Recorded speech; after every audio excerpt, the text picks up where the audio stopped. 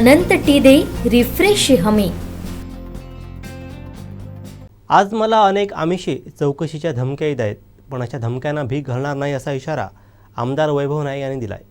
तहसील येथील कार्यकर्ता मेळाव्यात आमदार वैभव नाईक काय म्हणाले पाहूयात। प्रत्येकाला आमिष आहे, मला पण आमिष असतील, कोबेकरांना असतील, आईना असतील, तुम्हाला असतील, ताच्या शिवसैनिकांना असतील, परंतु आमिष आहे म्हणून कोणी हलवून जात नाही।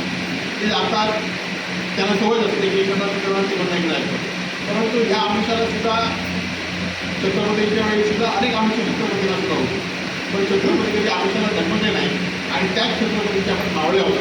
कुठल्या आमिषाला न डबकता आपल्याला या पुढच्या काळातसुद्धा शिवसेनेचं काम आपल्याला करायचं आहे।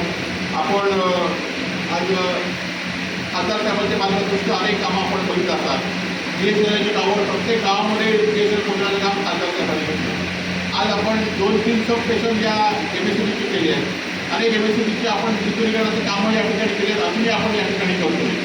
आणि खरं तर अनेक वेळा जे होत आहेत की आमच्यावर सुद्धा जपून चालू, प्रत्येकाला अडचणी आहेत, आमच्यावर सुद्धा अनेक लोकांनी चालू आहेत, आमच्यावर सुद्धा दबाव आहे।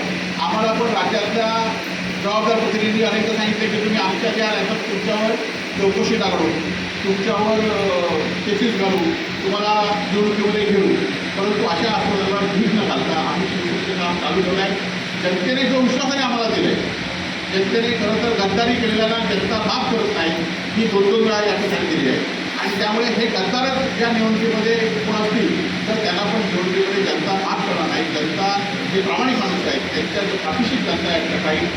कोकणातल्या ताज्या घडामोडी आणि लाईव्ह अपडेट्ससाठी फॉलो करा कोकणचं नंबर 1 महा चॅनल कोकण 7 लाईव्हचं फेसबुक पेज।